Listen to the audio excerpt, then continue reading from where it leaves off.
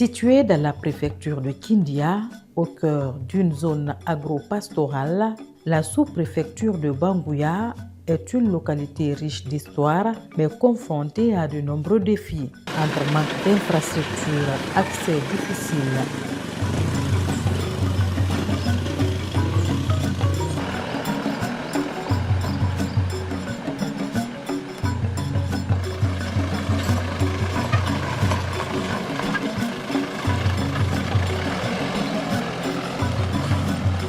et impact des eaux du barrage de Swapiti, ses habitants luttent pour préserver leur activité agricole et leur mode de vie. La sous-préfecture de Banguya est composée de 3 anciens cantons, Téné, Baré et Sirema. Téné compte 11 districts, tout comme Sirema pour un total de 22 districts et 97 secteurs. C'est en 1962 que Bangali Mara, originaire de Kissidougou, devient le tout premier maire de Banguya, marquant une page importante dans l'histoire locale. Il y a le district de Banguya Centre, de Kébé-Frigia, de Kansa, de Damouya, Sokia, de Kunda Balaya. Et ici, c'est devenu sous-préfecture depuis après Mara Bangali, le premier maire d'ici. Il a quitté Kissidougou pour être là. C'est lui qui a ouvert ici pour la première fois, aux années 1962. Mais derrière cette histoire se cache une réalité bien plus difficile à vivre au quotidien. Banguya souffre d'un manque criant d'infrastructures socio-économiques de base. L'accès à la localité est compliqué.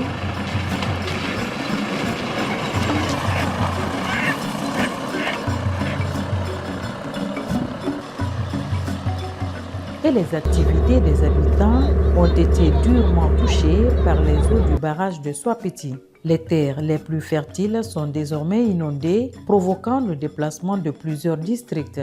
Très malheureusement, il y a l'eau du barrage qui est venue.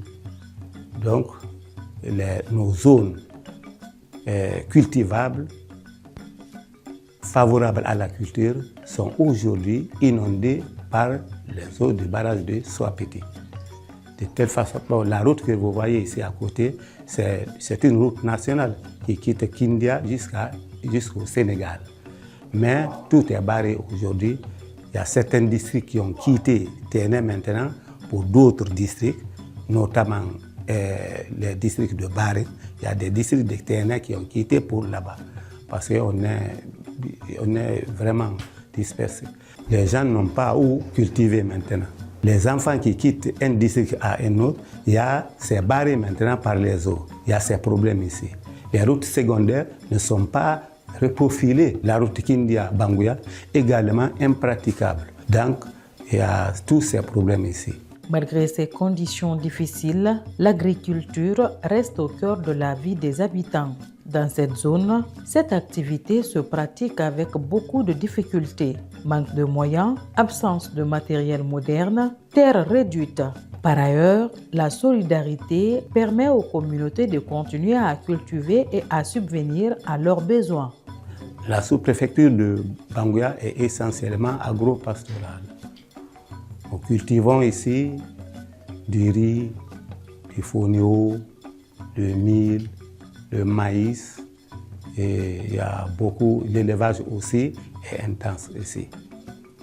C'est pourquoi ici, le problème essentiel ici, c'est entre justement ces agriculteurs et ces éleveurs. Mais qu'est-ce qu'on peut? C'est une même famille. Il y a des agriculteurs qui sont encore éleveurs et des éleveurs inversement. Donc, c'est ces petits problèmes ici que nous avons ici. À Banguya, les épreuves sont nombreuses, mais la détermination des habitants reste intacte. Avec un meilleur accès aux infrastructures et un appui agricole adapté, cette localité pourrait non seulement préserver ses traditions, mais aussi se projeter vers un avenir plus prospère.